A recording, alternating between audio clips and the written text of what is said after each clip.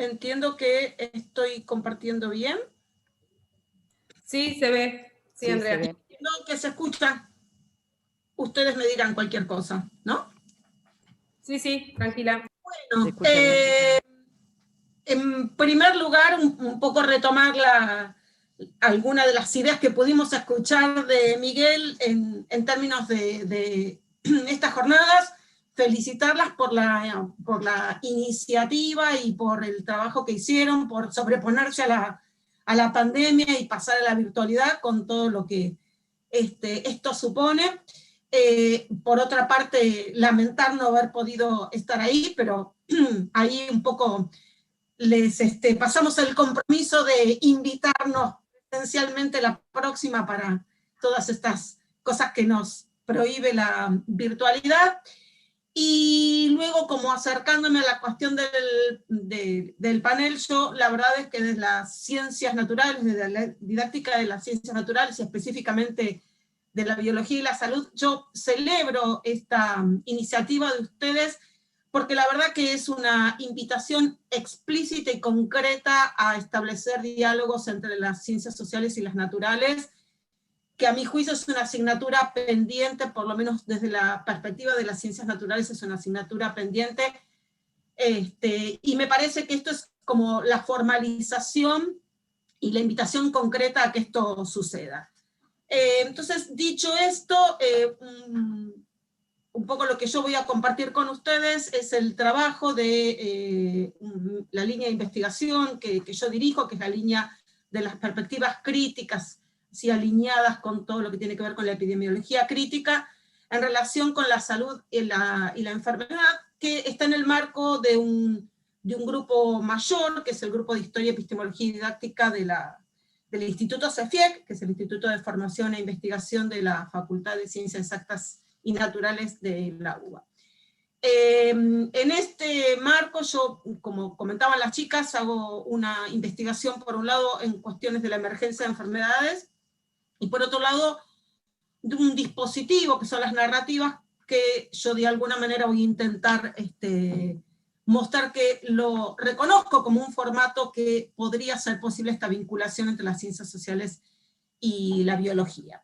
Entonces, brevemente les voy a contar el plan de la presentación, que les va a permitir a todas ustedes identificar si lo cumplo o no, que tiene que ver primero con una muy breve exposición acerca de las narrativas como formato y algunas vinculaciones con las formas de pensar, una muy breve presentación de los modelos de salud y enfermedad, porque esto va a permitir entender cuál es la propuesta concreta, una explicitación en qué medida yo vinculo el ambiente con la salud, un relato que tiene que ver con un trabajo concreto y una muestra concreta de estas vinculaciones que sostengo que las narrativas pueden hacer entre las sociales y las naturales, y un espacio como para, espero que sea para abrir, que es aquello que llamamos las conclusiones. Entonces, en este sentido, les decía que primero a mí me parecía interesante pensar en el retorno de las narrativas a la escuela, ¿no? Estos relatos que nos contaban cuando éramos niños y niñas, y que por alguna razón, los relatos que de verdad son de calidad, que tienen un verdadero estatus epistemológico, por diferentes razones, a veces muy difusas, vinculadas con la idea de que los relatos pueden infantilizar la enseñanza. Entonces esta idea de que si uno cuenta cuentos se limita o empobrece los contenidos, y con estas justificaciones muy poco claras, los relatos muy tempranamente abandonan las clases de ciencias, ¿no? Y la propuesta es traerlas y anclarlas otra vez, porque lo que nos muestran las investigaciones es que impactan muy positivamente en el aprendizaje de los contenidos científicos escolares. Y además, más allá de toda la trayectoria, toda la historia de Brunner respecto de las historias, valga la redundancia, en su último libro, del 2013, él plantea particularmente que aquellas disciplinas que tienen complejidades históricas y vincula concretamente a la salud y a la medicina, En esas áreas en particular que tienen que abrevar en diferentes disciplinas, ahí Brunner reconoció nuevamente la potencia de las narrativas.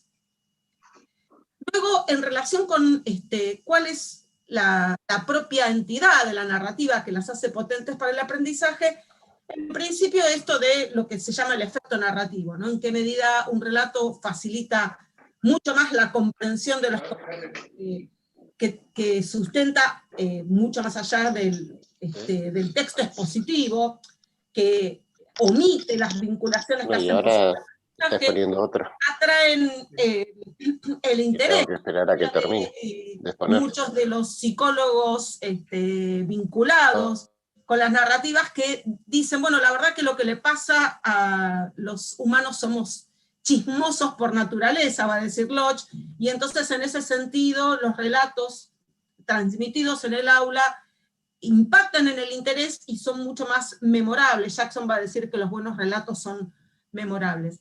Y esto vinculado con que la propia estructura de las narrativas tienen que ver con estos sucesos, estos eventos encadenados en el tiempo, y esta causalidad temporal facilita la comprensión y la memorabilidad. Y luego este doble juego, que para mí es central, pensado desde el punto de vista de la didáctica, que es este estatus moral y epistemológico, ¿no? La fuerte confianza en que los relatos son transformadores de la realidad, y que allí hay algunos relatos que vale la pena transmitir porque tienen un fuerte impacto moral, ¿no? Aquello que uno dice y aquello que uno omite, claramente son decisiones que tienen que ver con la ética y con la moral. Entonces este doble juego del estatus moral y epistemológico es una de las razones para traer de vuelta a las narrativas a las aulas. Y luego, al decir, y digo al decir porque, bueno, como un poco nos anticipó Miguel, hay una discusión al interior de las disciplinas y también de las didácticas del estatuto de la interdisciplina, de la transdisciplina, de la multidisciplina. Por eso, digo, al decir de Wasserman, las narrativas son fuertemente interdisciplinarias en el sentido de que tienen las voces de la psicología, del ambiente, de la cultura, de la biología. Entonces, en esa perspectiva de múltiples aportes. Y entonces uno podría pensar, bueno, ¿qué es lo que pasa con las narrativas ya ancladas en el aula y en las intervenciones? Lo que nosotros vemos desde la didáctica de las ciencias naturales es que hay una sobrevaloración extrema en algunos casos del detalle, de la minuciosidad de los contenidos, ¿no? Cuando uno mira a veces en un listado de los programas, dice, pero ¿es de verdad necesario ese detalle de la enzima que actúa en tal célula? Bueno, ese detalle, esa sobrevaloración del detalle hace lo que Osborne y Miller, que fueron los que construyeron el currículum de las escuelas londinenses, dice, eso permite mirar el ladrillo de cerca, pero impide la distancia y concebir con eso la catedral completa. Ellos, por supuesto, hablan de la Catedral San Paul, pero bueno, uno puede imaginar que cuando uno toma distancia, y es esto que obstaculiza el detalle de los contenidos, uno puede comprender cómo funciona un ser vivo en su conjunto, o el ambiente, o lo que fuera. Cuando los profesores y las profesoras detallamos tanto, la integración y la construcción de ese edificio queda a cargo de los estudiantes. Justamente la tarea más compleja, que es el establecimiento de relaciones, cae a la cuenta del estudiante. Entonces, como claramente la comprensión en acto, la comprensión profunda se logra con las ideas bien ancladas, relacionadas, establecidas en jerarquías e interrelacionadas, es que yo propongo este retorno de los relatos. Porque además, un poco en sintonía con lo que plantean los grupos de investigación en Alemania, sobre narrativas que tienen una línea de investigación muy fructífera, hay todo un fuerte impacto contextual en las narrativas, que presentan todos estos contextos afectivos, históricos, epistemológicos, políticos, pero fuertemente interrelacionados. Entonces, ahí empezamos a acercarnos a un dispositivo que nos permitiría abordar un problema complejo. Voy a tratar de mostrar que sin ser expertos en todas las áreas. Estas perspectivas complejas son particularmente sensibles justamente en esto que toca el panel y que es parte del trabajo de investigación de mi grupo, que tiene que ver con la salud fuertemente contextualizada en el ambiente. Pero hay algo que es ineludible, y es que la formación profesional, la formación docente, la formación inicial es fuertemente disciplinar. Por lo menos los profesorados acá universitario y el profesorado nacional, Joaquín B. González, que son aquellos que yo conozco en mayor profundidad, pero puedo hipotetizar que esto se repite en muchos, es una formación fuertemente disciplinar, en la que los profesores y las profesoras de esas materias no solo no establecen ninguna relación al interior del departamento de naturales, mucho menos el de sociales, sino que lo que es peor es que no ven ninguna necesidad en hacerlo. Pero más allá de eso, sobrevuela esta pretensión que de alguna manera recoge toda esta jornada, que es la colaboración interdisciplinar. Y esta pretensión, que es tan robusta y tan interesante, se encuentra con la limitación de la formación de cada uno. De alguna manera se vincula con esto que comentaba antes de la pila de ladrillos y la integración que queda a cargo de un estudiante. Entonces, en este sentido, las narrativas nos oponen, mientras que el currículum profesional versus la pretensión, como marcaba ahí, en la otra cara están las narrativas, en el formato que, en el sentido en el que lo propongo, versus ser experto en todas las áreas. Porque esto es un poco lo que plantea la interdisciplina.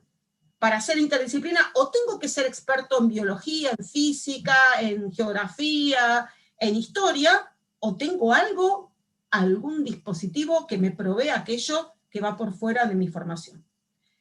En este sentido, es la línea en la que yo voy a vincular la salud con la enfermedad. Pero les decía que un poco para entender la propuesta, muy rápidamente, iba a presentar dos modelos explicativos de la enfermedad. La primera es, dentro de lo que se llama la línea de las unicausalidades, una causa única, tenemos el castigo divino, ¿no? Todas las ideas judeocristianas de que Dios castiga a aquellos que no pueden cumplir los preceptos, y lo castiga con aquello que es más importante para la vida de los hombres y las mujeres a lo largo de la historia, que es la salud y la propia vida.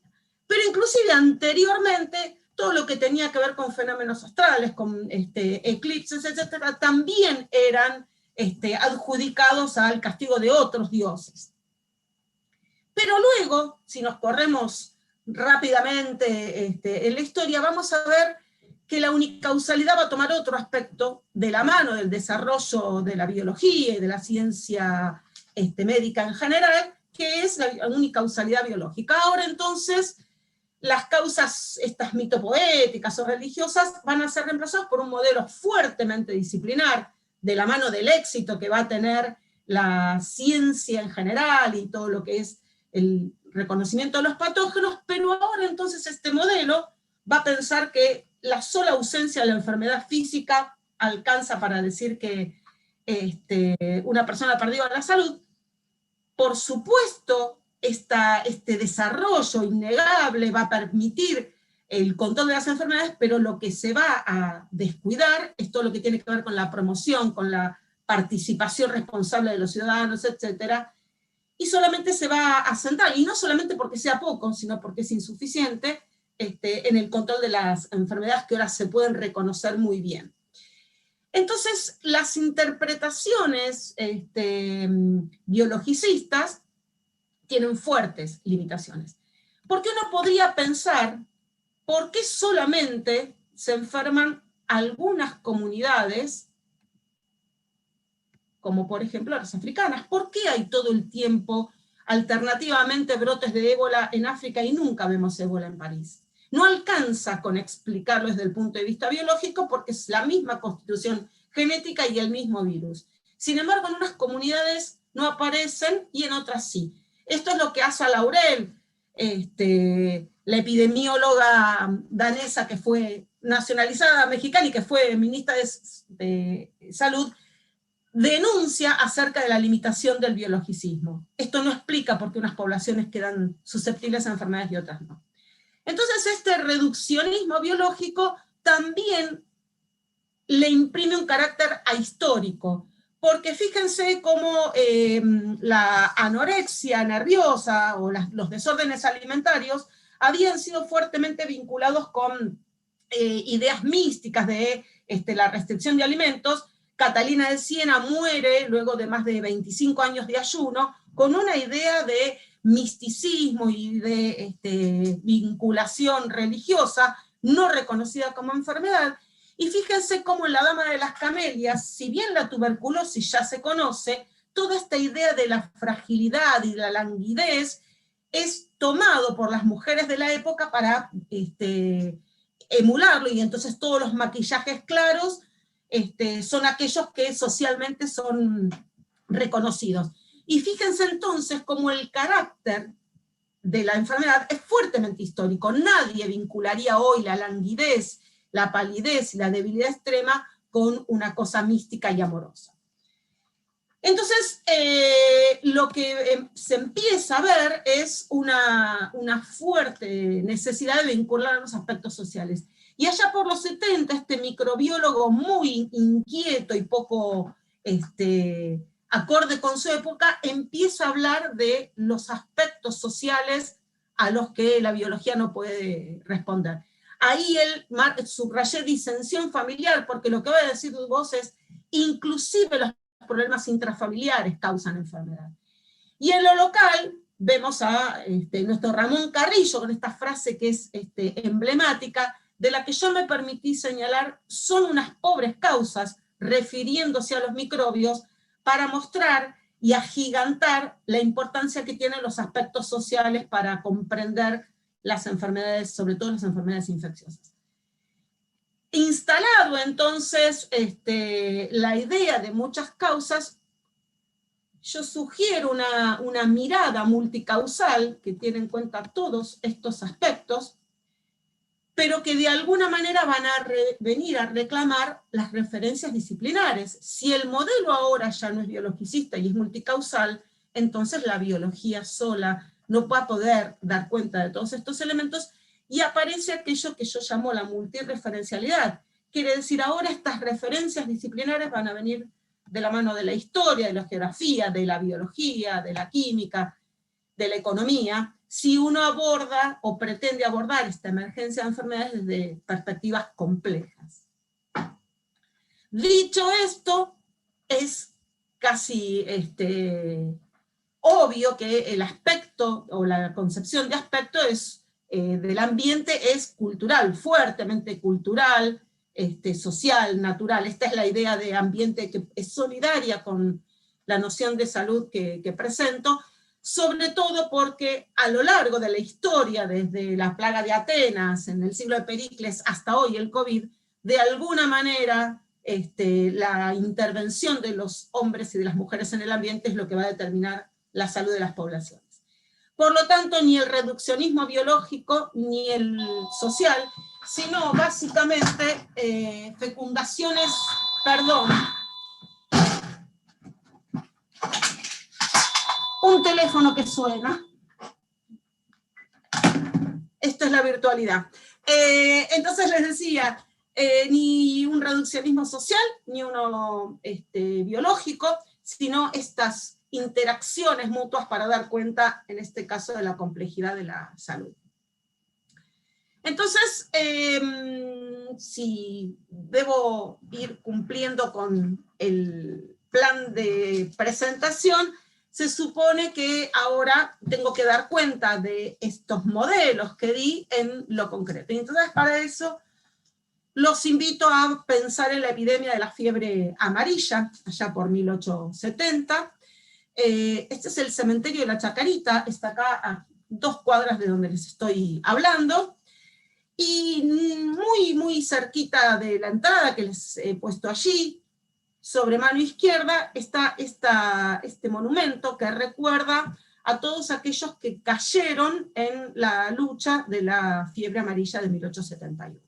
Así que si algún día visitan, van a ver esta placa.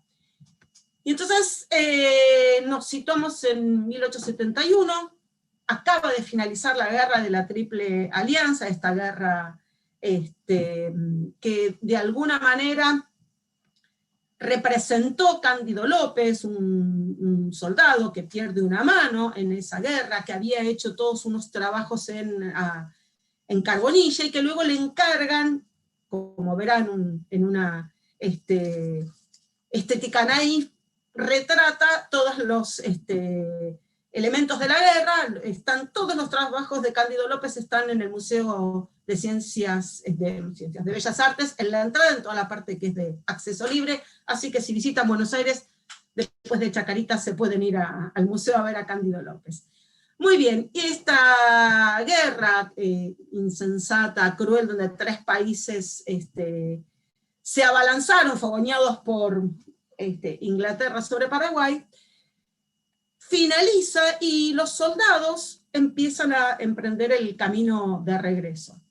Es un camino largo, doloroso, vienen agotados, vienen muy enfermos,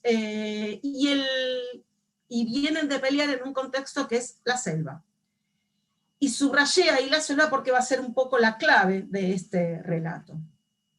Los primeros casos empiezan a verse conforme los soldados regresen, y el primer brote se ve en la provincia de Corrientes. Y al poco tiempo, ya iniciado enero del 71, la epidemia se desata en Buenos Aires. Y con esto coincide la llegada de los soldados porteños, que empiezan a llegar a sus hogares. Los muertos muy rápidamente se cuentan por millares, y tengamos en perspectiva la población de esa época de Buenos Aires, y es necesario construir el cementerio del oeste, que hoy llamamos Chacarita, que les acabo de mostrar, y también va a ser necesario desviar el recorrido del ferrocarril para poder llevar a los cadáveres que se apilaban inicialmente, como ven ahí, la primera guerra y situación social que es fotografiada. Cuando las carretas ya no son suficientes, se desvía el ferrocarril, las vías para llegar a lo que es luego también el Parque Los Andes. Muy bien. La pregunta es qué causó la epidemia, y ahí podríamos mirarla con los 3 modelos que les conté: el castigo divino, los mosquitos, que es lo que podría explicar el biologicismo, o varias causas coincidentes, que es un poco la propuesta. Entonces, en esa época, Finline, que había sido contratado por la empresa Lesseps, que estaba construyendo el Canal de Panamá, y que asistía horrorizado cómo el proyecto se demoraba, aumentando los costos por la gente que se moría, los obreros que se morían por la fiebre amarilla, este médico cubano es llamado a ver cómo podía solucionarse esta demora en la construcción, porque Francia amenazaba con suspenderla. Y entonces él identifica esto que hoy parece una verdad de perogrullo, pero en ese momento fue una hipótesis muy interesante, muy sugerente, que es que había una vinculación entre los pantanos o las aguas donde se ponían las larvas de mosquitos, y los mosquitos que de adultos tomaban sangre de los monos, sangre caliente, y la vinculación entre que si en el ciclo de los mosquitos se interpone, señalé ahí un tonel que retiene agua, que si en el ciclo del mosquito lo que se interpone es sangre humana, al mosquito le sería indiferente alimentarse de un otro. Hoy nos resulta absolutamente obvio, para ese momento fue toda una revelación. La selva había sido el escenario de la guerra, les acababa de decir, y en ese ambiente circulan unos mosquitos que parasitan, sacan sangre de un mono carayá. El mono carayá es el mono que tiene el sonido más fuerte de toda la escala zoológica, se lo llama también mono aullador, y cuando las comunidades escuchan la metáfora del silencio de la selva, saben que hay una oleada de fiebre amarilla que llegará rápidamente a las aldeas que están cerca. Esa es la fiebre amarilla selvática, el silencio de la selva. Los soldados, como ven, lucharon en ese ambiente. Y entonces la llegada a Buenos Aires los encuentra, son soldados pobres, y en general a los soldados los pone la clase más desfavorecida, se instalan en aquel sitio donde ya se habían ubicado los inmigrantes, los primeros inmigrantes italianos, que son los conventillos, en la zona sur de la ciudad. Estos conventillos que tienen habitaciones a las que solo se va a dormir, donde se realizan, y un poco de ahí viene el nombre, todas las actividades sociales. Está el zapatero remendón, están los niños jugando, están las mujeres cosiendo, cocinando, y algo que va a aparecer lamentablemente a lo largo de la historia es la culpabilización del inmigrante. Esta frase tan poco feliz que retoma Basterra de Esnaola, que culpabiliza a los inmigrantes, algunos anclados en que habían algunas enfermedades endémicas que podrían haber tenido los barcos, y otro poco porque no hay nada más cómodo que culpar al diferente y hacerle cargo de esta enfermedad, como va a suceder, les decía, a lo largo de la historia. Pero hay una imagen ahí que señalé y que la voy a volver a retomar. Mírenla, es el centro del patio del conventillo, y hay una señora tomada de la mano de una niñita, y está cocinando al aire libre en un brasero. Estamos en pleno verano y el hacinamiento y el calor hacen que la gente se instale por más horas en el patio del conventillo, y la población se enferma. Se enferman sobre todo los pobres.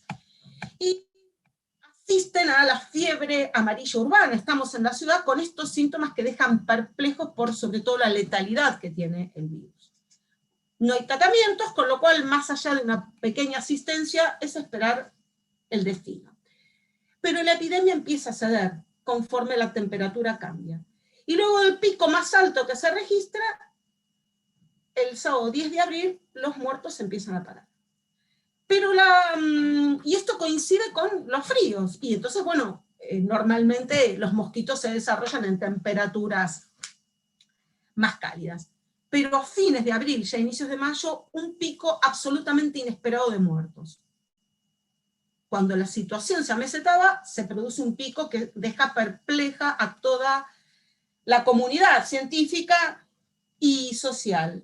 Y les dije que iba a volver a esta fotografía, y señalo ahí este artefacto que es el brasero. Porque lo que pasa es que con el frío, la vida que se desarrolla en el patio del conventillo se traslada a las piezas. Y en las piezas ahora se duerme y se cocina también. Y entonces el brasero aumenta la temperatura ambiental y le permite una supervivencia a la Aedes por fuera de los límites normales. Esto explica otra vez el desarrollo de la vida cotidiana, a los que la biología no puede dar explicación, da cuenta de este aumento de picos fuera de temporada. Pero como suele suceder con veranos muy tórridos, le sigue un invierno particularmente frío, y Sarmiento da por terminado la epidemia en el 71, el 2 de junio. Perfecto. Ahora bien, los ricos se van, los carreros se llevan sus cosas, se instalan en los petiotel, surge el barrio norte, y algunos, como el propio Sarmiento, y otros se instalan en las quintas de las afueras de Buenos Aires.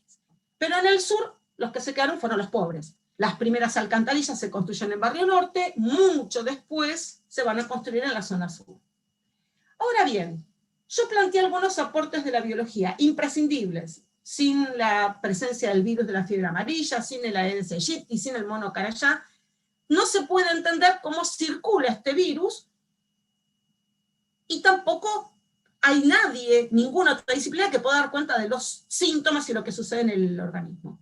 Muy bien, ¿qué es lo que queda por fuera?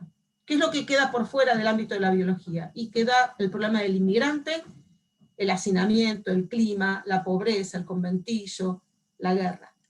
Todos estos elementos quedan por fuera del marco de la biología, solo pueden ser aportados por las ciencias sociales.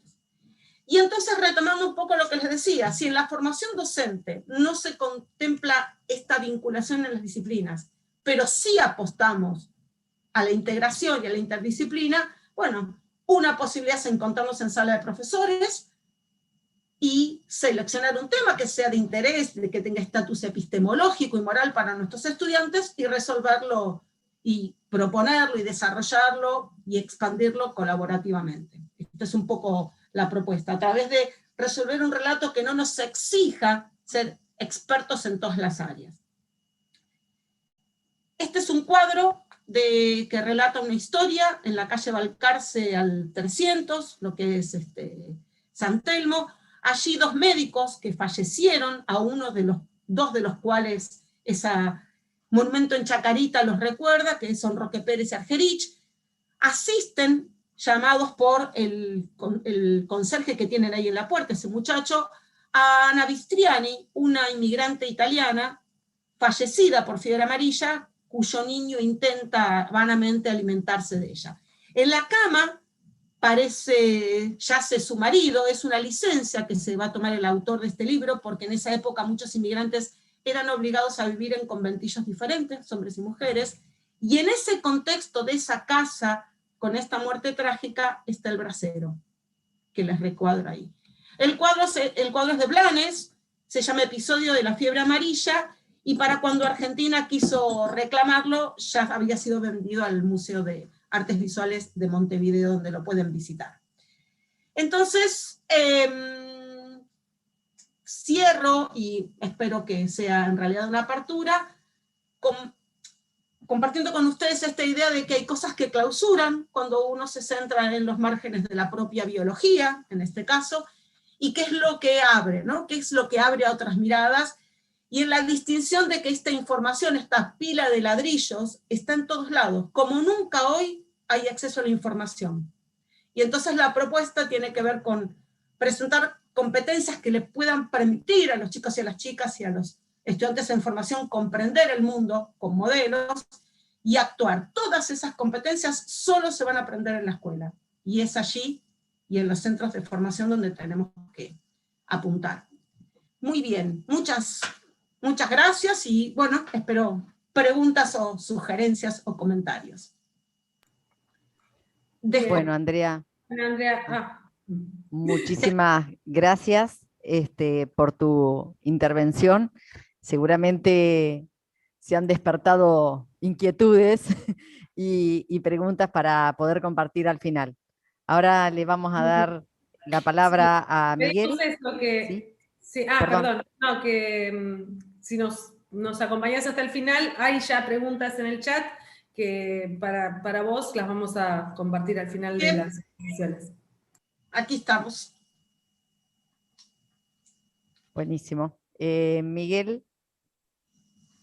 Bueno, esperemos que ahora podamos Vamos a ver escucharnos. Ahora sí tenemos suerte. Bueno, vamos a compartir. Bueno, algunas cuestiones que tenía pensadas ya Andrea las planteó. Así que voy a ir más rápido sobre algunos asuntos.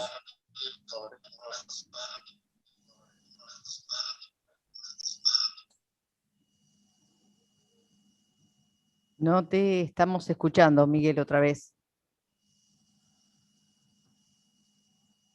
¿Vos nos escuchás? Yo los escucho bien. ¿Ustedes no me escuchan? Ahora sí. Perfecto. Les decía que algunas de las cuestiones que son interesantes y que creo que las ciencias naturales, la biología las tiene bastante aceitada, es esta mirada interdisciplinar sobre cuestiones y problemas sociales. Entonces me parece que en ese sentido Andrea avanzó bastante sobre algunas ideas que quería compartir con ustedes, y en principio centrarme en aquella que tiene que ver con el esfuerzo epistemológico de este diálogo de saberes, ¿no? Porque Andrea lo decía bien, para el trabajo interdisciplinar pareciera ser que todos y todas deberíamos ser expertos en los campos, en los objetos y en las disciplinas de los otros y las otras con las que trabajamos. Sin embargo, García plantea ahí que el primer punto de partida para un trabajo interdisciplinar es hacerle preguntas sobre ese objeto al otro y a la otra con el que trabajamos, ¿no? Ese diálogo comienza, en algún sentido, a partir de esas preocupaciones comunes en torno a un problema social. La siguiente. Entonces creo que el esfuerzo la próxima. Es bastante interesante en ese sentido. Y obviamente implica todo un proceso de aprendizaje, de reinventarse, de compartir opiniones, sensibilidades y epistemologías sobre eso, ¿no? Eso que nos convoca para poder trabajar.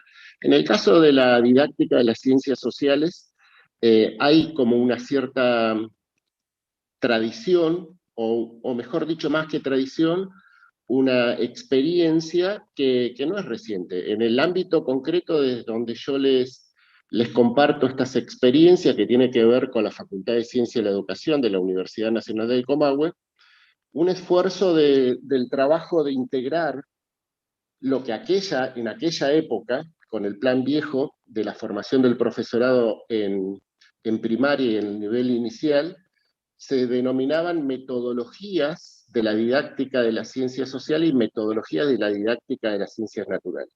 Yo encontré, allá, fíjense, en 1989, un primer esfuerzo de integración de estos dos campos de conocimiento a partir de unas producciones que hicieron Mari Raceto y Graciela Funes, que eran y que son las referentes de cada una de las didácticas en el ámbito de nuestra universidad.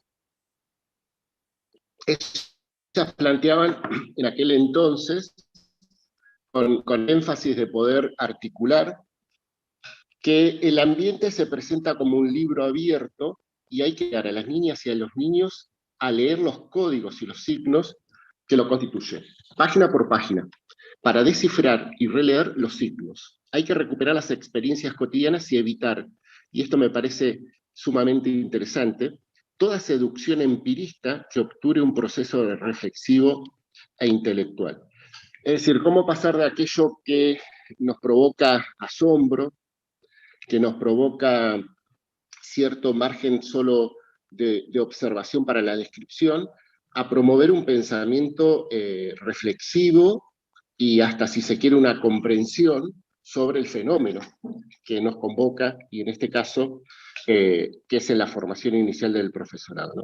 Estamos frente, evidentemente, a cambios culturales muy profundos, en los que la chacrita disciplinar, por decirlo de alguna manera, tienen que empezar a abrirse, empezar a lo que planteo que es a indisciplinarse, ¿no? Epistemológicamente, para poder dar cuenta de algo que necesitamos en este momento, en este mundo, en este contexto global actual de pandemia, de negacionismos, de acciones políticas vinculadas al odio y todo lo que vemos cotidianamente en los medios masivos de comunicación, para poder tender puentes, más que juntar cosas, tender puentes en estos campos de saberes como un primer ejercicio que contribuya en el ámbito de la formación inicial del profesorado a dar oportunidades para que esto sea comprensible, ¿sí? Y creo que el desafío que tenemos de indisciplinarnos me parece que es una buena oportunidad para dar posibilidades de comprensión de la complejidad de este mundo. La complejidad implica pararse en algún lugar para poder analizar ese contexto en sus partes, articular esas partes, poder comprender esto que decía muy bien Andrea, de poder articular las causas, la multicausalidad, la multireferencialidad de aquellos que nos convoca en el espacio de la formación, pero también en perspectiva de lo que eso en algún punto se va a constituir como prácticas de la enseñanza. Entonces, en el ámbito de nuestra universidad, esta es una preocupación que se viene generando ya desde fines de la década de los 80, ¿sí? En pleno procesos políticos de estabilización de la democracia. Ustedes piensen los contextos de producción de estas preocupaciones que tienen un cierto recorrido, por lo menos, en nuestro ámbito. Siguiente. Y ahí nos encontramos entonces con estos desafíos. ¿No? ¿Cómo articular esto que nos convoca en este panel, que tiene que ver con la investigación, la formación y las prácticas escolares situadas? La interdisciplinariedad justamente tensiona, trastoca esos discursos y esas narrativas homogéneas, generalistas, que poco han contribuido a mirar los problemas sociales en cada contexto. Siguiente. Entonces ahí me parece que uno de los desafíos, por lo menos en el campo de la investigación, es seguir profundizando la idea de esto de qué acontece en las aulas de nivel inicial y primario cuando se enseña y se aprende conocimientos y saberes de las ciencias sociales, o de los problemas socioambientales, ¿no? ¿Qué pasa allí? Para poder ir entretejiendo otras lógicas y otras perspectivas que contribuyan a la comprensión de estos contextos. Por otro lado, hay que desmontar, esto también lo plantea García, esta idea de que el conocimiento cotidiano, esa experiencia acumulada, esa experiencia cultural de vivencia, no es incompatible con el conocimiento científico. Algo que la racionalidad científica ha puesto como relevante, en el sentido de que todo aquello que no es explicado sistemáticamente por la disciplina, por la ciencia, no es ciencia, ¿no? Entonces, ¿qué pasa con esas experiencias en contexto? ¿Qué pasa con las situaciones concretas de la enfermedad? ¿Qué pasa con la contaminación? ¿Qué pasa con la violencia de género? ¿Qué pasa con todo eso? Eso no es posible de ser pensado desde las multidisciplinas, desde la disciplina. Entonces ahí creo que hay que volver a recuperar, me parece, el carácter humano de la enseñanza, que el cientificismo en algún punto ha corrido, ¿no? del énfasis de esto que Joan Pagès se planteaba al inicio de las primeras diapositivas, que es poner el énfasis en aquella educación que nos haga más humanos. Y creo que el cientificismo en algún punto caló una lógica y una estructura en la escuela que es de larga duración y que hay que volver a repensarla, tensionarla, cuestionarla. En el ámbito de nuestras experiencias formativas, y que estamos llevando a cabo diversidad de propuestas situadas concretamente, una de las dificultades que identificamos a partir de nuestras investigaciones es la dificultad, valga la redundancia, de identificar y seleccionar un problema social, ¿no? Está esto de todo lo que aparece en la realidad social, en un contexto específico del ambiente. ¿Es un problema? ¿Cuándo es un problema? Entonces allí la interdisciplinaridad está poniendo en algún punto en evidencia esta carencia en la formación, este diálogo de saberes y esta articulación, si se quiere, en términos de tender puentes solidarios entre los conocimientos que en la formación inicial de los profesorados se lleva a cabo. La dificultad no está dada por la incapacidad, sino por la poca posibilidad que le damos a los estudiantes para que puedan pensar problemas sociales interdisciplinarmente, ¿no? Y no decir, esto es economía, esto es política, esto es... Entonces, esa mirada que tiene que ver con las lógicas absolutamente disciplinares, está claro, encuentra sus propios límites. Porque si lo pienso, por ejemplo, desde una perspectiva histórica, la historia no puede dar cuenta de la complejidad de los problemas con los que nos encontramos hoy. Necesita de la biología, necesita de la geografía, necesita de la antropología, necesita de otros conocimientos que ayudarían en algún punto a comprender esa complejidad. Siguiente. Entonces, en este marco, que es absolutamente situado, encontramos también que hay escasas producciones, o mejor dicho, escasos trabajos que evidencien cierto abordaje interdisciplinar. Y abregamos por una formación que se abra el desafío de pensar interdisciplinarmente, ¿no? ¿Por qué? Porque algo tan simple como eso, ¿no? En la vida cotidiana las personas experimentamos los problemas sociales de manera integral, no de manera fragmentada.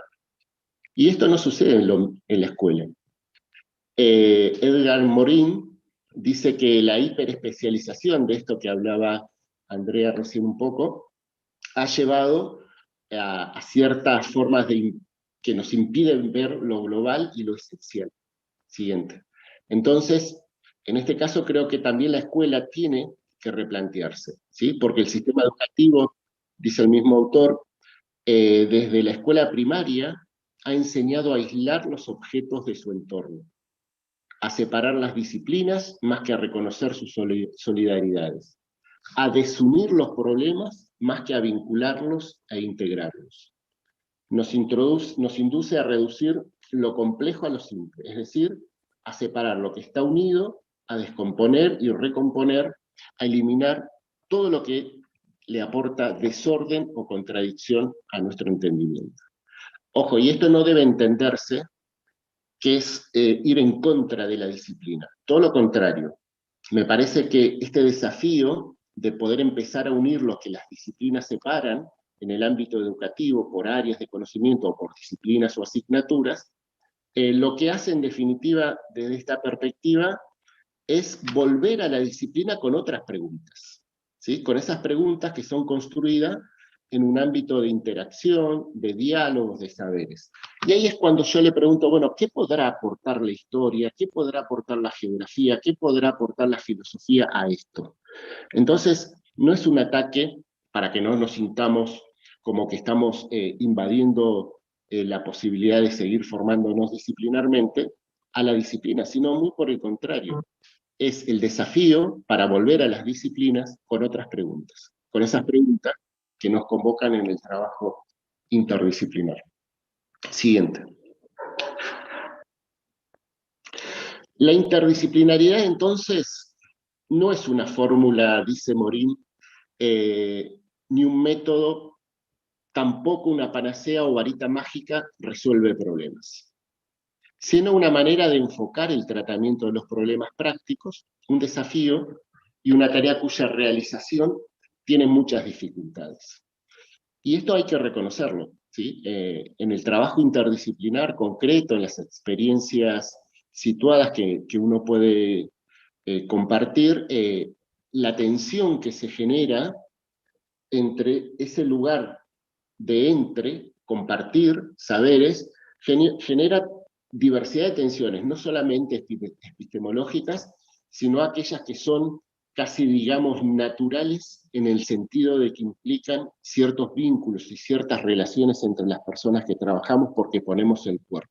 Y ponemos el cuerpo en el sentido más amplio de la palabra, y ello implica poner conocimientos, sensibilidades, opiniones, puntos de vista, ideologías, prácticas políticas, todo eso es lo que nos hace en definitiva y nos constituye como seres humanos.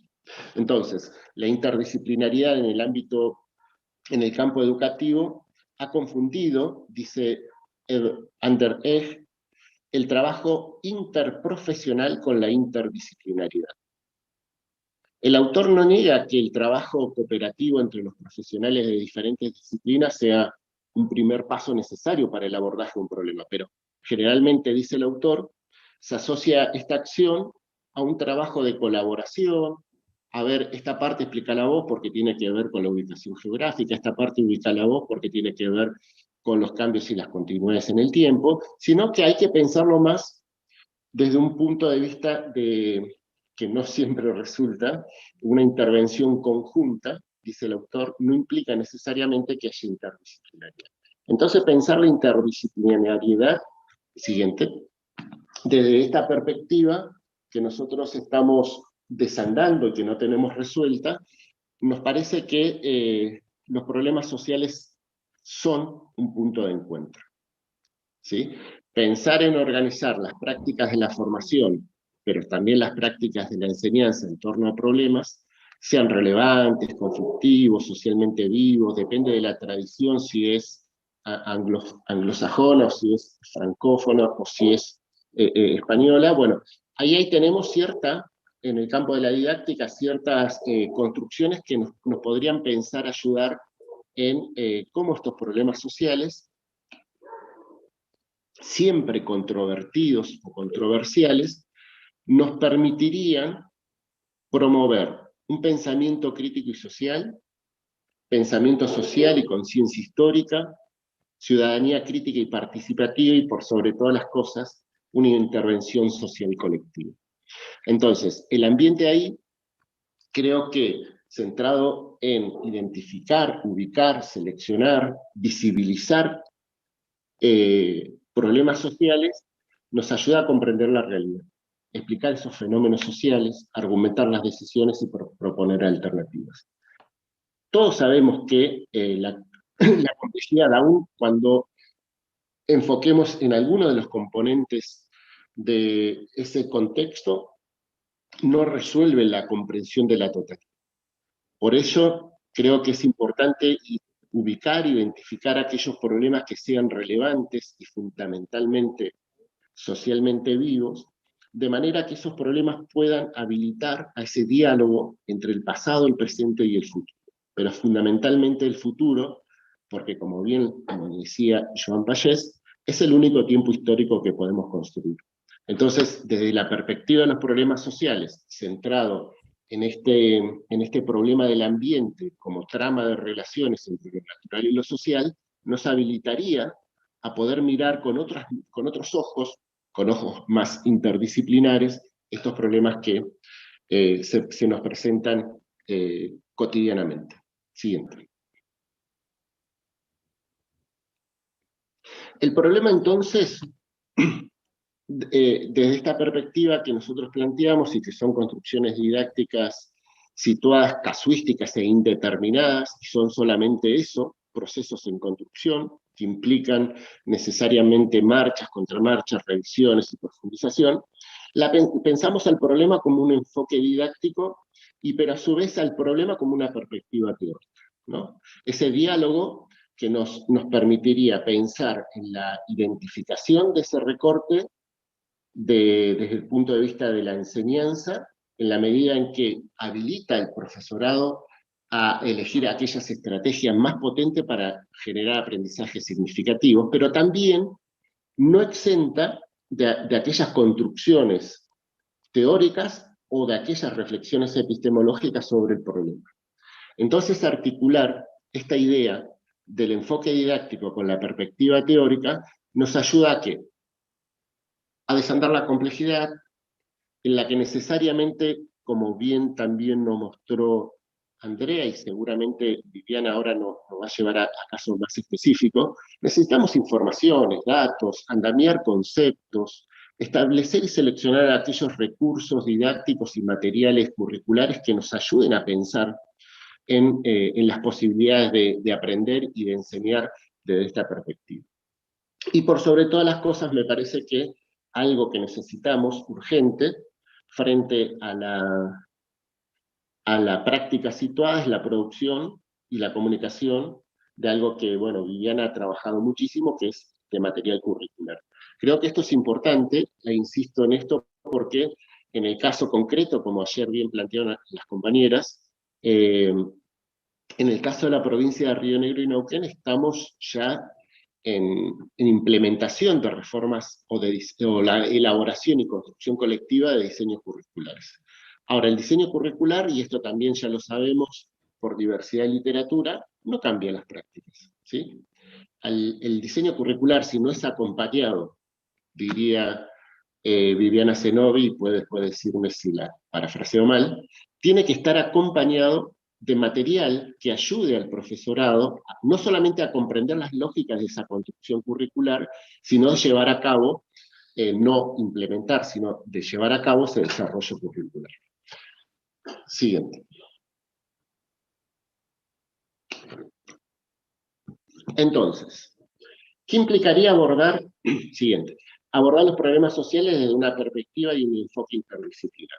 Primero, el ejercicio de identificar problemas sociales o problemas socioambientales. Este es un gran desafío, porque ahí se ponen en juego sensibilidades diversas con relación a si es un problema o no, porque nos ubica la subjetividad que tenemos como profesores, profesoras y estudiantes con relación a eso que acontece, a eso que pasa, y que no necesariamente para algunos o algunas es un problema, ¿sí?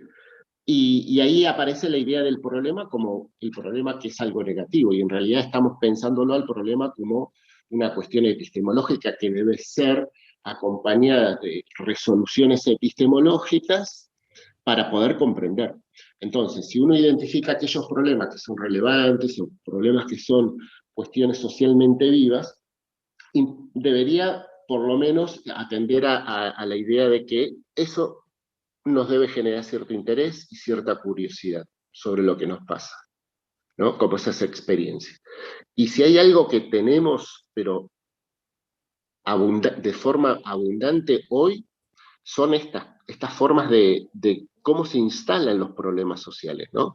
¿Qué narrativas se construyen? ¿Qué difunden los medios de comunicación? ¿Qué circula en las redes sociales? Ayer también y hoy se planteaba la idea de esta vacuna sí, vacuna no. ¿Cómo hay un montón de cosas que instalan, lamentablemente, o profundizan desde algunos ámbitos de los medios de comunicación, pero también de sectores políticos partidarios, un discurso del odio que lo único que hace es invisibilizar el problema porque centra la opinión en otro lugar en el cual las ciencias sociales o las ciencias escolares en general encuentran un muro para tensionar, ¿no? Cómo esas verdades que circulan en las redes sociales terminan de configurar un pensamiento que a veces resiste ciertas lógicas del conocimiento producido.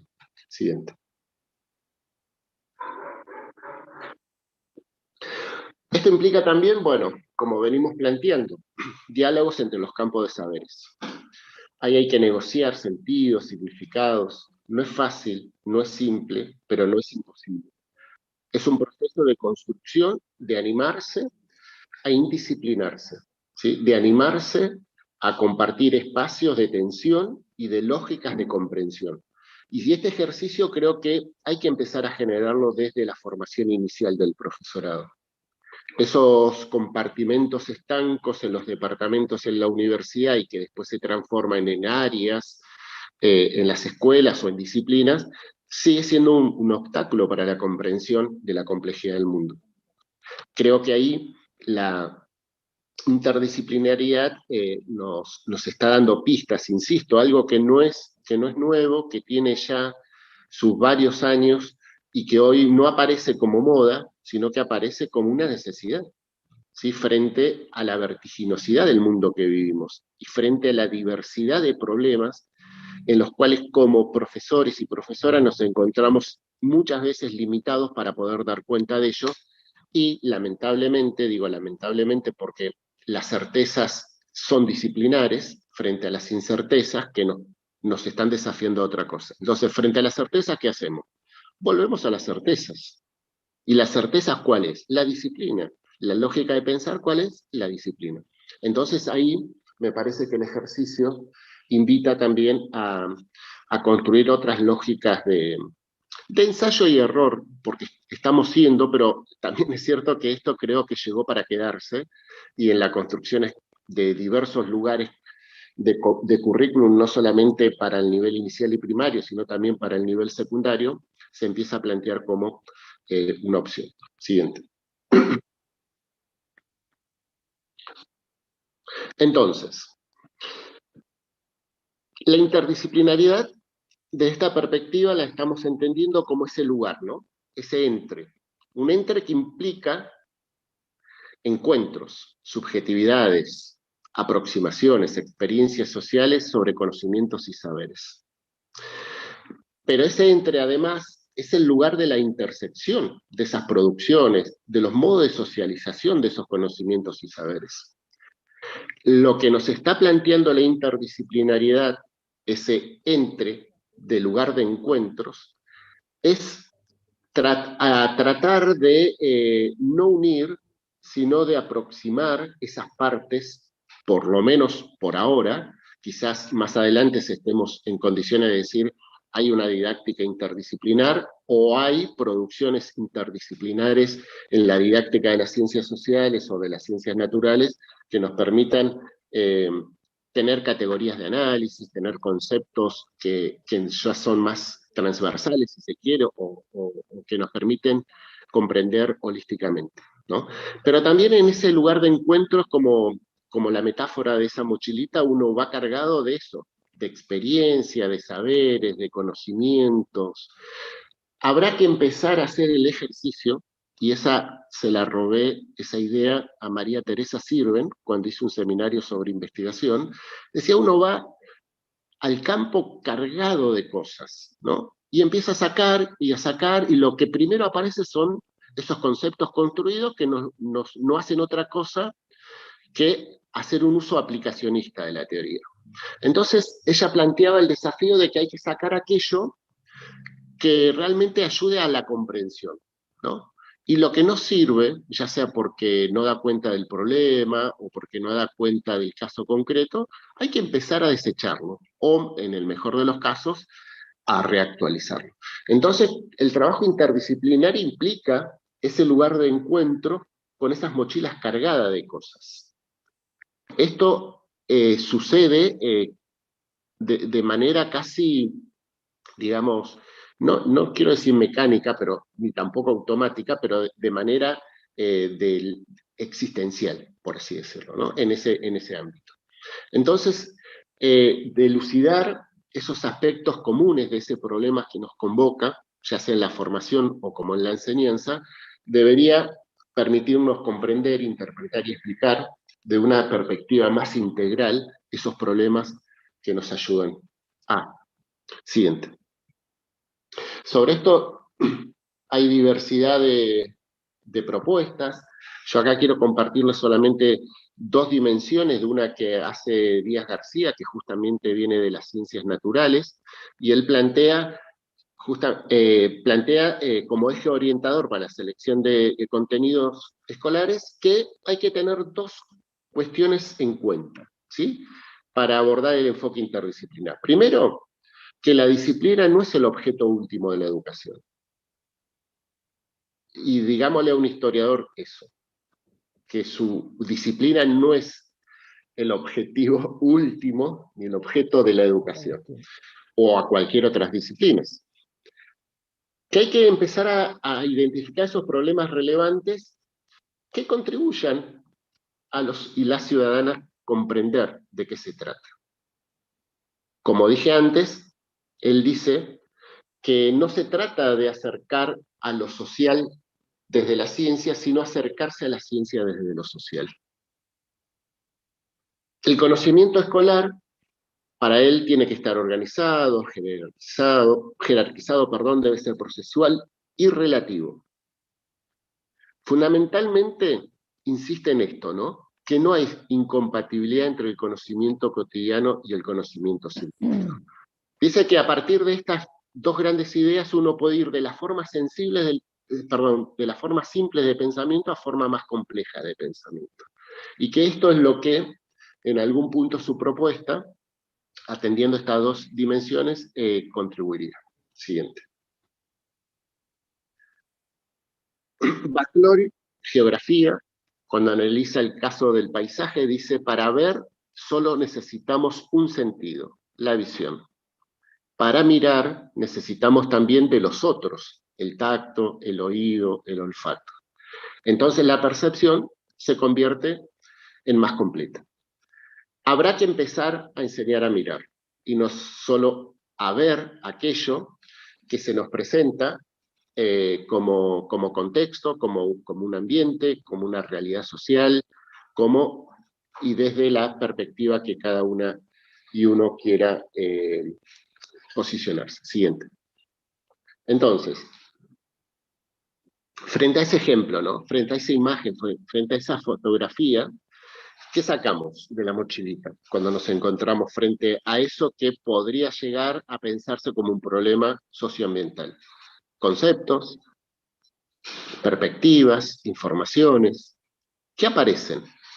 Diversidad de cuestiones. Siguiente.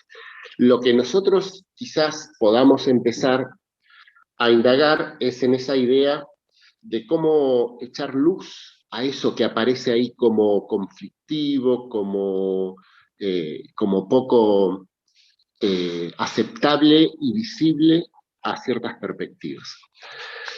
Un ejercicio fundamental frente a la idea de que la complejidad no nos permitiría la comprensión de la totalidad si no hacemos zoom sobre las partes, siguiente, es ir haciendo eso, es ir dialogando, siguiente, con determinados fragmentos de esa totalidad, de esa realidad, de ese contexto, que nos permita ir dialogando y tendiendo puentes sobre la identificación de los objetos, de los sujetos, de los lugares, de los cambios, de las continuidades, del impacto siguiente, y de todo aquello que la imagen, o con la imagen siguiente, nos permita dialogar.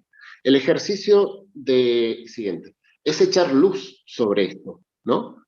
Y echar luz sobre esto significa trabajar diversidad de aspectos. Bueno, uno frente a la imagen anterior que observa, ¿quién no quisiera estar allí?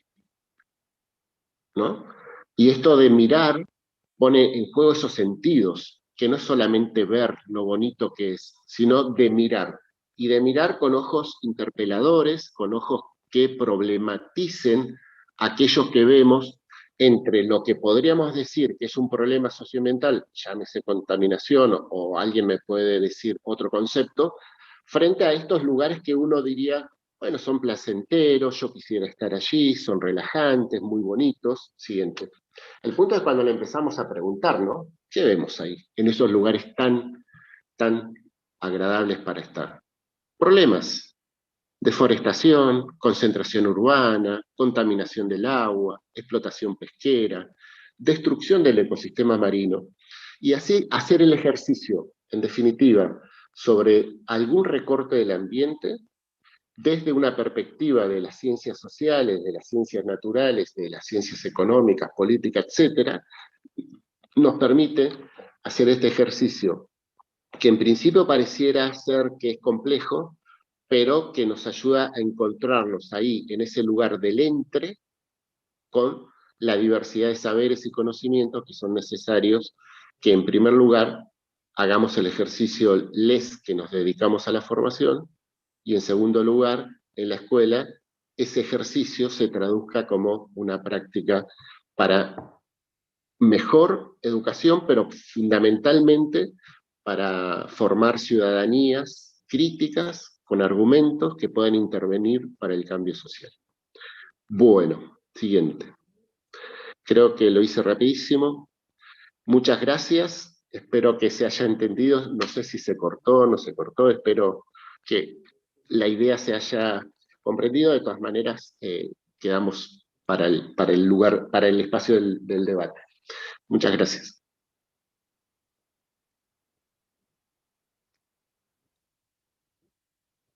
Bien, Miguel. Bueno, sí, se escuchó perfecto esta vez. Muy bien.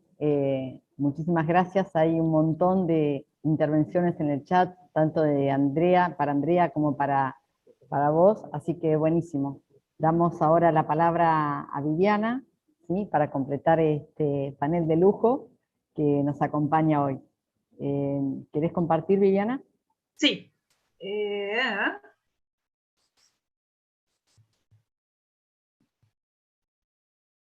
¿Se ve? Sí, ¿no? Sí, sí, se ve bien. Bueno, creo que voy a sumarme al agradecimiento y a las felicitaciones por tercera vez. Creo que vale la pena, se lo merecen, a todo el trabajo que han puesto en organizar estas jornadas, que por la experiencia que estoy teniendo realmente son un éxito y evidentemente están convocando a unos temas que son realmente urgentes en la formación docente y también en las prácticas escolares. Y Miguel me dejó picando, ¿no? mi intervención. En primer lugar, lo que nos convoca a todas y todos los que estamos aquí es la cuestión ambiental. Creo que no solamente el panel, sino también el reconocimiento de que la cuestión ambiental forma parte de las problemáticas sociales más urgentes y también nos interpela como personas y como educadores y educadoras. O sea, el tema ambiental no es solamente un tema curricular. El tema ambiental está atravesando nuestras vidas y creo que la pandemia lo ha puesto como en el candelero, ¿no? O sea, el que no lo sabía o el que no lo quería ver, claramente ahora lo está sufriendo, lo estamos viviendo todos y todas. Bueno, mi presentación va a estar estructurada en dos momentos.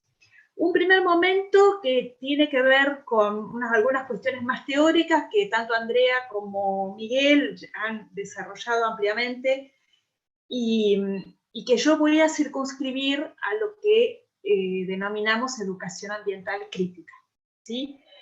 Y por otro lado, y creo que es la parte más larga, tiene que ver con las prácticas educativas. Es decir, a mí siempre me interesó pensar cómo los que hacemos diseños curriculares, los que hacemos investigación educativa, los que trabajamos en el mundo de la universidad, podemos ofrecer opciones, propuestas, materiales. Miguel me citó correctamente, gracias.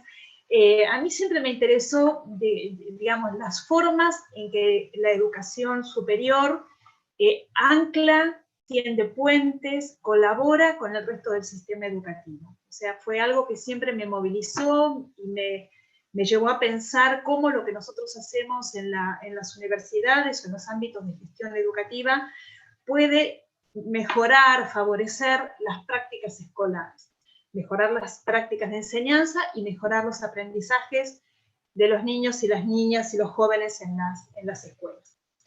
Así que bueno, por ahí va a transitar mi presentación.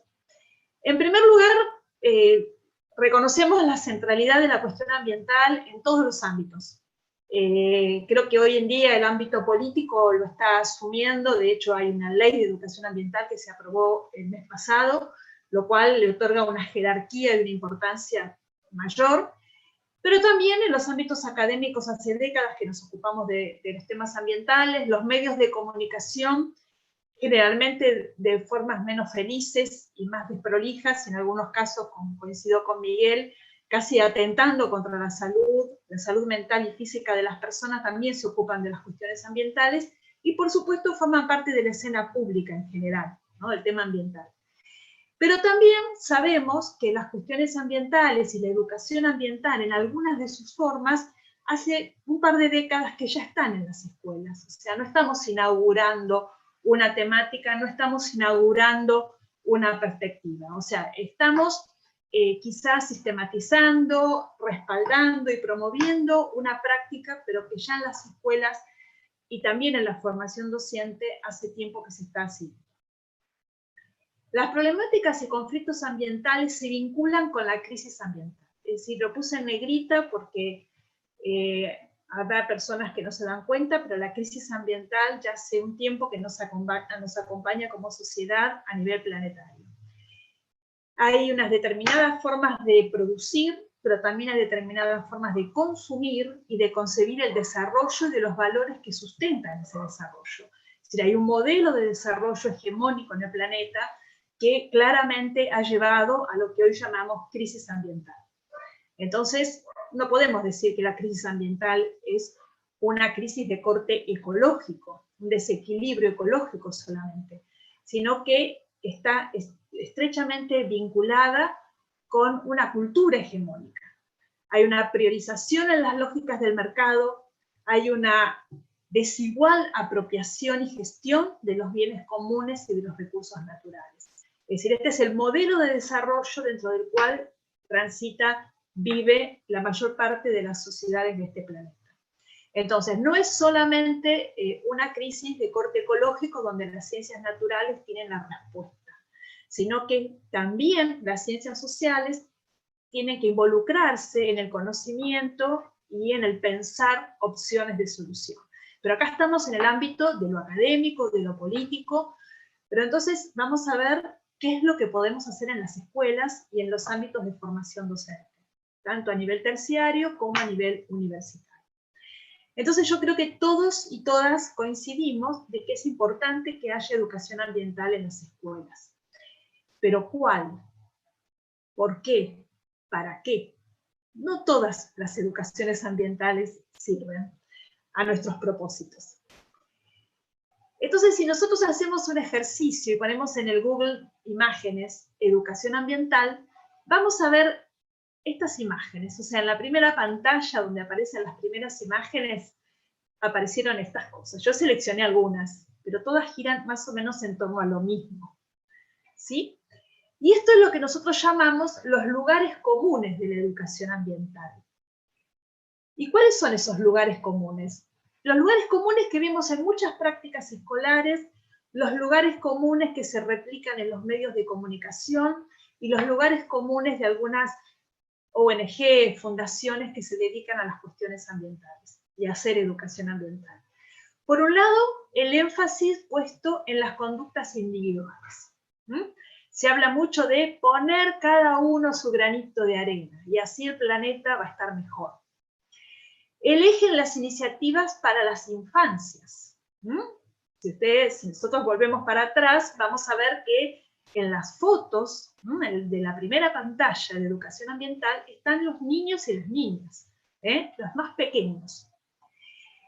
El eje en las iniciativas para las infancias. Las niñas y los niños de hoy son los responsables de un futuro sostenible. La falta de distinción de responsabilidades, ¿no? Licuar las responsabilidades. El hombre, además olvidemos, ¿no?, de las cuestiones de género, o la humanidad como causa de los problemas ambientales, como si todos tuviéramos el mismo grado de responsabilidad a la hora de generar los problemas y conflictos ambientales y a la hora de tener las soluciones. Esto de homogeneizar a todos y todas en el mismo renglón. Y poner foco en el futuro y no mirar el presente. Cuidar el ambiente para las generaciones futuras. Ese es el discurso hegemónico. Y a mí esto es un punto donde la Ley de Educación Ambiental que se aprobó el mes pasado me parece brillante. Y es que está pensada para el presente.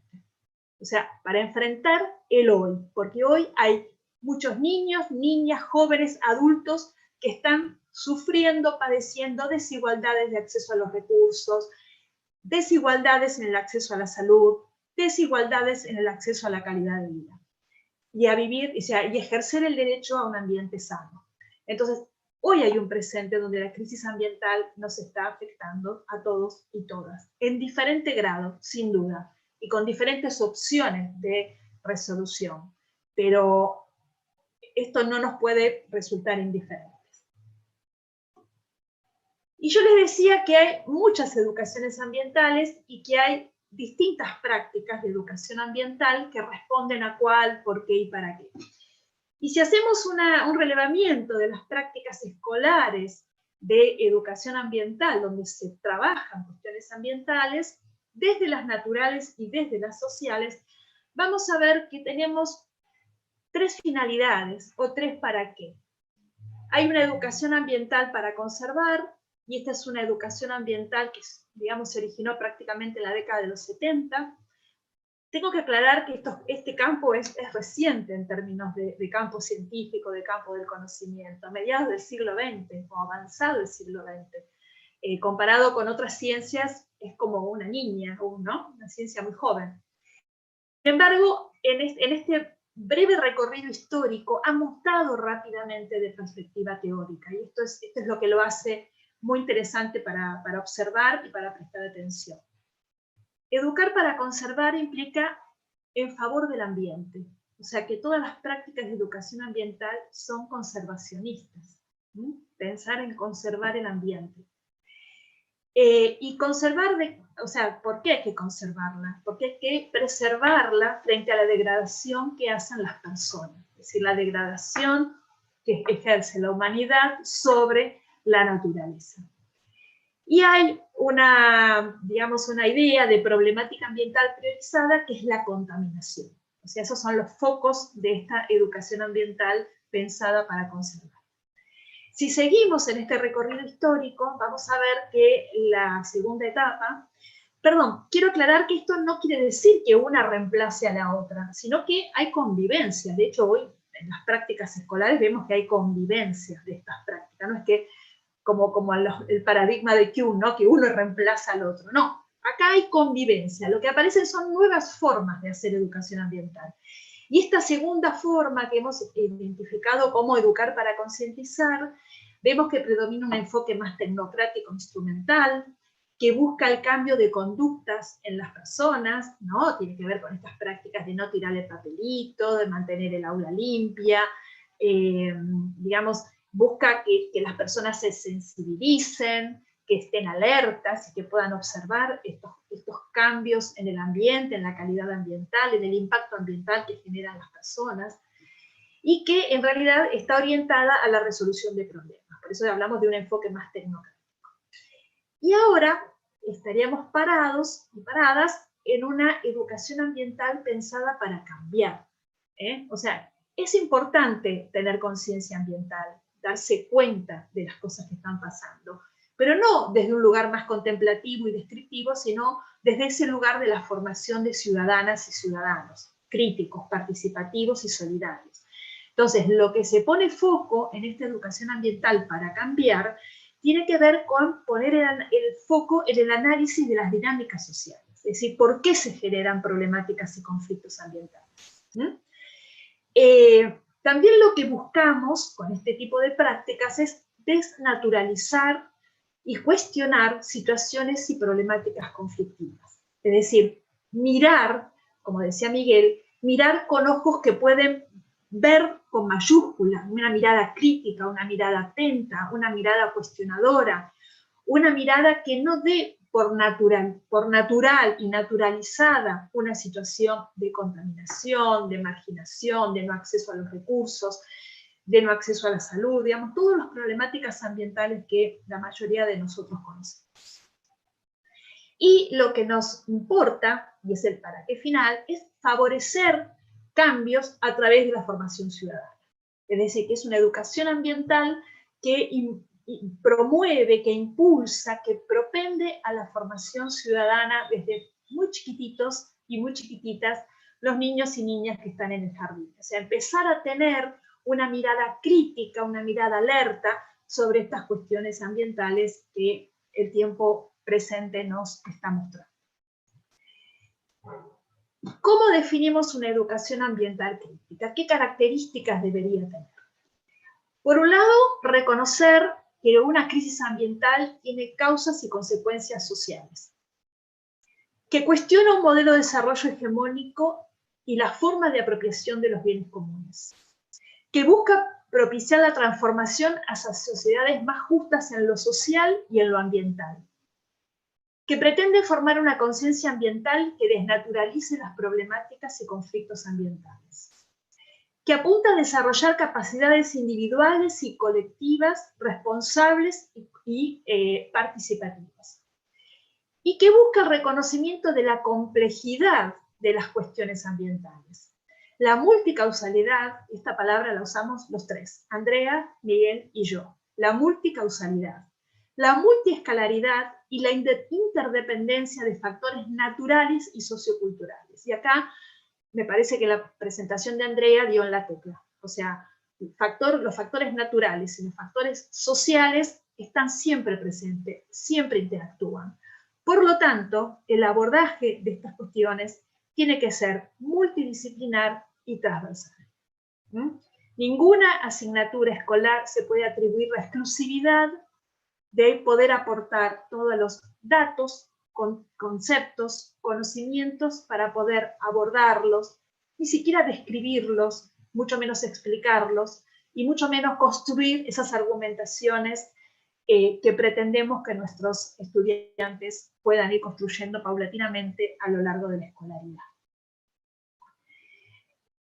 Ahora entonces voy a compartir, esta es la segunda parte, que tiene que ver con propuestas didácticas, concretas, probadas, construidas de manera colectiva entre distintos integrantes de los equipos donde yo trabajé, y es donde a mí me parece interesante mostrarles la cocina, es decir, cuáles fueron las ideas, las decisiones didácticas que están detrás de estas propuestas, porque a veces, digamos, me pasó cuando daba cursos o sigo dando de actualización docente, generalmente para el nivel medio, pero también con maestros y maestras, donde a veces me decían, bueno, sí, esto está todo bárbaro, pero yo quiero saber esto cómo yo lo concreto, o sea, el cómo yo esto lo plasmo en mi práctica cotidiana. Es un poco lo que Miguel me dejó picando, ¿no? Es decir, esto tiene que estar en la formación docente, pero bueno, hay docentes que seguramente nos están escuchando, que ya están en las escuelas, entonces quieren saber cómo esto puede, digamos, puede favorecer o puede, digamos, invitarlos e invitarlas a revisar sus prácticas y empezar a pensar otras. Entonces, lo que a mí me interesa que ustedes vean en estas propuestas, que tiene unas 3 ideas organizadoras. En primer lugar, nos interesa que las y los estudiantes se den cuenta que la realidad no es neutra, que es posible reconocer situaciones conflictivas, personas con intereses contrapuestos, que en estas prácticas de enseñanza se están planteando dilemas morales, necesidades que no todos pueden satisfacer de la misma manera. Que las problemáticas y conflictos presentan multiplicidad de causas que interactúan y diversas alternativas para solucionarlos. Y que es importante la participación de las personas, la negociación y el logro de consensos y acuerdos en el marco democrático. Entonces, estas ideas son como el gran paraguas que organiza estas propuestas que yo les voy a compartir. 2 ejes tomé nada más, o sea, 2 ejes problemáticos, 2 ejes organizadores. Uno tiene que ver con el consumo y el ambiente, y el otro eje tiene que ver con los espacios verdes como espacios públicos. Entonces vamos a empezar por el primero, que es consumo y ambiente. ¿Por qué entro por acá? Porque viendo los diseños curriculares para el nivel primario y también para el nivel inicial, aparece mucho el tema de los recursos, especialmente en primaria. El tema de los recursos naturales, ¿no? Está la clasificación, la identificación, pero en realidad, digamos, allá por el 2008, cuando hicimos un libro con una colega, Verónica Martínez, donde teníamos que armar un manual para 4º grado, donde empezaba con el tema de recursos naturales, dijimos, no, pero no tiene sentido hablar de los recursos naturales si no revisamos los modelos de consumo. Hay que pensar, cuestionar, poner en debate el consumo. Entonces, la primera idea que organiza este eje es que el consumo de bienes y servicios permite satisfacer necesidades. Esto es como un clásico, ¿no? Pero existen necesidades básicas universales, la alimentación, la vestimenta, la vivienda, mientras que otros consumos se asocian con la moda, con la publicidad y con los avances tecnológicos. Y algo que también hay que tener en claro es que todo consumo impacta en el ambiente. Entonces, yo acá les voy a compartir una lámina que hicimos en el marco de un material curricular, donde el diseñador que teníamos, que era un genio, diseñó un supermercado donde hay situaciones favorables y otras no favorables para el ambiente. Entonces, la idea es que la maestra o el maestro trabaje lo que es la lectura de imagen, ¿sí? Entonces, perdón, vuelvo. Vamos a ver un poquito más adelante el tema de qué cosas mirar en la imagen. Por ejemplo, acá hay una lupa puesta en la persona que llega con su bolsa de hacer las compras, ¿sí? También estamos viendo las personas que están dilucidando si compran, por ejemplo, un yogur en un botella de litro o compran los yogures pequeñitos para cada uno de los integrantes de la familia. Acá tiene que ver con las pautas de consumo, si se compra verdura refrigerada, si se compra verdura fresca, si se compra productos que están hechos con elementos retornables, reciclables, es decir, cómo en las prácticas de consumo nosotros podemos tener, digamos, la posibilidad de tomar decisiones que impacten menos en el ambiente. Esto quiere decir que en cada vez que hacemos compras para satisfacer algunas necesidades, podemos tomar decisiones más o menos favorables respecto del ambiente. Y acá lo que les muestro es una propuesta, esto sí está tomada de ese manual de 4º grado, donde iniciamos el recorrido por el tema recursos naturales pensando en una escena de una clase media, de una El manual era para Capital Federal, atendiendo al diseño curricular de la ciudad. Y entonces lo que queríamos es que los chicos vieran que hay necesidades que son esenciales, necesidades que no son tan esenciales. Entonces, las consignas de trabajo decían, rodea con rojo los productos que pensás que todos necesitamos para vivir. Rodea con azul los productos que no son tan necesarios para vivir. Rodea con verde los productos que no tenés y que te gustaría tener. Y escribí una frase sintetizando qué productos te parece que son necesarios para la vida de las personas y cuáles no lo son tanto. Es decir, que con estas consignas y con este dibujo, lo que queríamos era que empezaran a identificar esos consumos que a veces están naturalizados. Una Play, quizás para algunos chicos descuentan que en todas las casas hay una Play y sabemos que no lo hay. ¿Cereales para el desayuno? ¿En todos los hogares hay cereales para el desayuno? Seguramente no. Habrá otras cosas.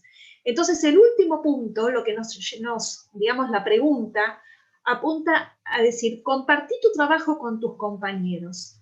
¿Es parecido al de ellos? ¿En qué se diferencian? Acá lo que queríamos ver es que las formas de consumir también son formas culturales. No todos y todas los niños y niñas consumen de la misma manera. No solamente tiene que ver con el acceso económico a comprar bienes y servicios, digamos, para calentar la leche, ponerle chocolatado, lo que fuera, sino que también tiene que ver con ciertas pautas culturales, con ciertos consumos más tradicionales y familiares. O sea, esto se pone en debate, se pone en cuestión. Esto tiene que ver con esas preguntas que por ahí Miguel decía que había que instalar, ¿no? O sea, hacerse preguntas. Bueno, ¿por qué no todos consumimos lo mismo?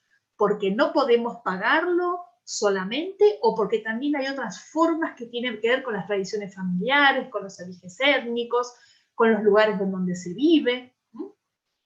Bueno, acá hay otra actividad que también tiene que ver con el consumo y el ambiente y está focalizado en el agua.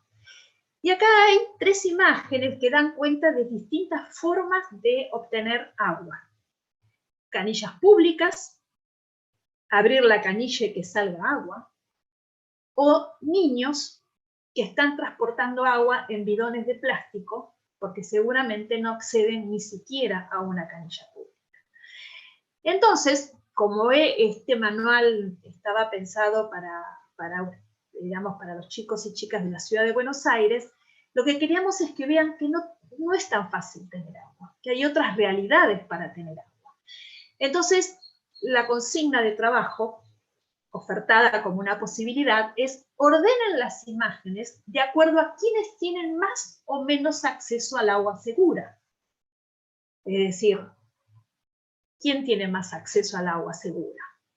El niño de celeste, luego los que acceden a la canilla pública y, por supuesto, por último, los niños que tienen que cargar el agua. Ir a un oasis de agua y cargarla en bidones de plástico. En algunos casos hay cántaros de cerámica, distintas formas. Y por último, una pregunta de hipótesis para justamente cuestionar y ver qué lugares comunes también circulan dentro de los niños y las niñas porteñas en este caso. ¿Quiénes creen que consumen más agua y por qué? Y acá tiene que ver con el acceso, con la facilidad de lo que implica abrir una canilla y que salga agua. Confieso, por ejemplo, que yo recién en el año 2016 tuve agua corriente. Yo tenía un bombeador. Entonces mis colegas en la dirección de currícula, cuando yo les decía que viviendo a 30 kilómetros de la ciudad de Buenos Aires no tenía agua corriente, les llamaba la atención. O sea que para algunas personas es natural que todo el mundo tenga agua corriente. Y en nuestro país no es natural. Bueno, otro tema vinculado con el consumo tiene que ver con los medios de comunicación. Y esta actividad está pensada para los niños y las niñas más grandes, los que ya tienen a lo mejor 11, 12 años, ¿no? Que están finalizando la escolaridad primaria. Dice, por ejemplo, se les puede proponer que busquen en diarios, revistas, en internet o en el celular, que por supuesto muchos tienen, publicidades de producto y que luego identifiquen lo siguiente. ¿Hay información sobre las características del producto? No sé si saben, pero que está en discusión la ley de etiquetado, ¿no? Y una de las víctimas de la falta de ley de etiquetado son los niños y las niñas, ¿no? Y los productos vinculados a la niñez, que son generalmente los más nocivos, en términos de alimentación, por ejemplo. Entonces, trabajar en la escuela, esto no es, no está mal, ¿no? Me parece que realmente es generar conciencia ciudadana, poder empezar a ejercer sus derechos en términos de elección de lo que van a comer o de lo que van a comprar. Entonces, este ejercicio apunta a eso. Hoy está la ley en disputa, esto lo pensábamos hace unos años atrás, pero bueno, ojalá esta ley pudiera salir. Entonces, una de las preguntas que se puede hacer es, ¿hay información sobre las características del producto? Y si esa información existe, ¿es concreta o son opiniones? ¿Son opiniones de consumidores? ¿Son opiniones de gente contratada para que opine favorablemente? ¿O son médicos que están alertando sobre la peligrosidad o la no conveniencia de consumir tal o cual producto? ¿Qué tamaño tiene la letra, por ejemplo? ¿Se lee con facilidad? Si hay personas en la publicidad, ¿cómo son? ¿Se parecen a tu familia? ¿No? Por ejemplo, acá esta imagen. ¿Cuántos niños y niñas desayunan de esta manera? ¿Comprarías ese producto? ¿Por qué? Y acá tenemos también, digamos, que poner en cuestión esto de, bueno, lo que deseo consumir, lo que me encantaría consumir, lo que me conviene consumir o no me conviene consumir. Estos son temas que me parece que son interesantes para debatir en la escuela, y cuanto más pequeños, mejor. ¿Y qué consecuencias tiene para el ambiente consumir ese producto? Por ejemplo, acá elegí esta imagen de los celulares, ¿no? Y esta vocación que tienen los jóvenes del cambio de la tecnología, ¿no? De la actualización de la tecnología. Y acá, bueno, los que somos de geografía sabemos que el tema del litio es un contenido que se enseña. Entonces, bueno, saber que las baterías de los celulares tienen que ver con el litio y dónde está el litio. O sea, cómo a partir de este ejercicio podemos enlazar, articular con otros contenidos curriculares, ¿no? Que también interesan ser enseñados. Pero bueno, podemos empezar por acá, por una problemática concreta del mundo actual que nos atraviesa a todos y todas. Vamos a ver el segundo eje, que son los espacios verdes como espacios públicos. Todo esto después, digamos, si hay preguntas, por supuesto puedo ampliar, pero bueno, en pos del tiempo disponible, quiero ir rápido. ¿Cuáles son las ideas que organizaron el eje de los espacios verdes como espacios públicos? Como verán, son actividades sueltas para distintos niveles, no forman parte de una secuencia, no es la idea absolutamente, sino ideas didácticas donde estos conceptos, esta perspectiva, están interviniendo a la hora de pensar la actividad, la consigna, los recursos didácticos, la secuenciación de las consignas, de las preguntas. Bueno, las ideas centrales para este eje de los espacios verdes como espacio público es que los espacios verdes son espacios públicos, naturales y culturales. El espacio público es un derecho, y también es un derecho para la convivencia, el esparcimiento, la recreación, el disfrute de la naturaleza y de la cultura. La incidencia de los espacios verdes en la calidad de vida y la salud de las personas. La responsabilidad de los diversos actores sociales, ciudadanos y ciudadanas, autoridades, organizaciones, en la gestión y el cuidado de los espacios verdes. Estas son las ideas que van a ver que van a atravesar estas propuestas educativas, que yo seleccioné algunas. Todo esto es mucho más grande, yo solamente a los fines de ejemplificar elegí algunas.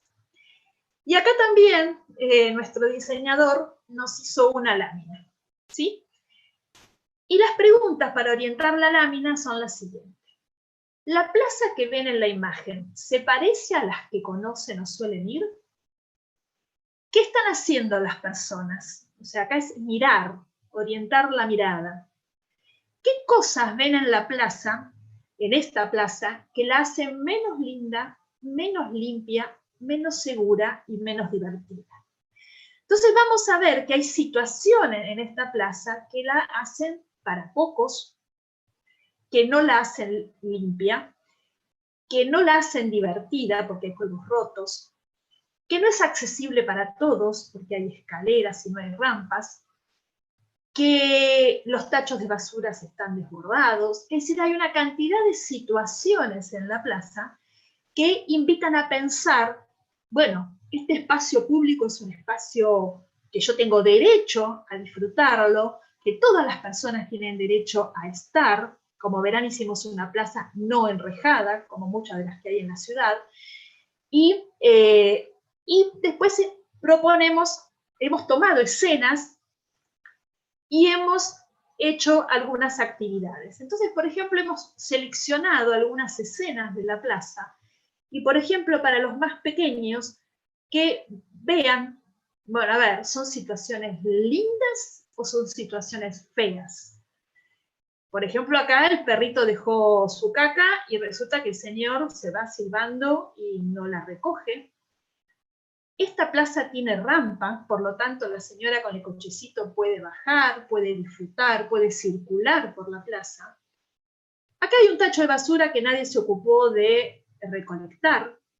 Entonces esta es una actividad que solamente invita a la observación, una observación orientada, una observación atenta. Pero si la queremos trabajar con los chicos más grandes o con los mismos chicos y chicas del jardín, pero avanzando un poco más en la comprensión, en la problematización, podemos tomar estas mismas escenas, identificar, ¿no? O sea, situaciones agradables o desagradables, y luego ir progresivamente complejizando su análisis, progresivamente complejizando el tipo de intervención que tiene que hacer cada docente para que los chicos y las chicas piensen en otras cuestiones, piensen en otros elementos. Entonces, por ejemplo, ¿por qué esta situación es desagradable y yo marqué la carita triste o la carita enojada? La razón es porque el señor no recogió la caca del perro. ¿Cuál sería la posible solución? Una campaña de educación ambiental, un policía en la plaza que toque un silbato y que lo alerte de que tiene que levantar la caca. Y en ese caso, ¿quiénes son los responsables? Por ejemplo, la rampa. Cualquier vecino, cualquier vecina puede hacer una rampa, o la gestión del espacio público, la construcción y el mejoramiento del espacio público generalmente está a cargo de algún nivel del Estado y del Estado municipal. Pero en este caso no es responsabilidad del municipio, es la responsabilidad de cada uno de los ciudadanos. Entonces acá estamos viendo los diferentes actores sociales y los diferentes grados de responsabilidad. Entonces, esto que parece como algo como muy abstracto, a partir, por ejemplo, de estos dibujos, de estos cartones, podemos trabajar desde los más pequeñitos cómo hay responsabilidades diferenciadas, tanto en la gestión como en el mantenimiento de los espacios públicos. Entonces, en este cuadro, digamos, podemos ir viendo cómo vamos construyendo un pensamiento más complejo, ir viendo causalidades, ir viendo elementos y sobre todo identificando sujetos, identificando y promoviendo esto de la participación. A ver, por ejemplo, si vos estás en la plaza y vos ves que un señor sale corriendo y no recoge la caca del perro, bueno, le podés ir a decir, mire señor, usted no hizo esto que debía haberlo hecho. Es decir, esto de ir construyendo responsabilidad social, responsabilidad ciudadana desde los más pequeñitos. Sin duda, los caminos para incluir la educación ambiental crítica son muchos y variados. Lo más importante es saber hacia dónde se quiere ir con las apuestas didácticas que cada docente quiere asumir. Entonces me parece que aquí las ciencias sociales, las ciencias naturales, las didácticas específicas de cada una de estas áreas tienen mucho por construir, mucho por hacer. Y bueno, creo que con estas jornadas hemos iniciado un camino de debate y de intercambio, me parece muy, muy interesante. Así que bueno, les agradezco la atención y bueno, después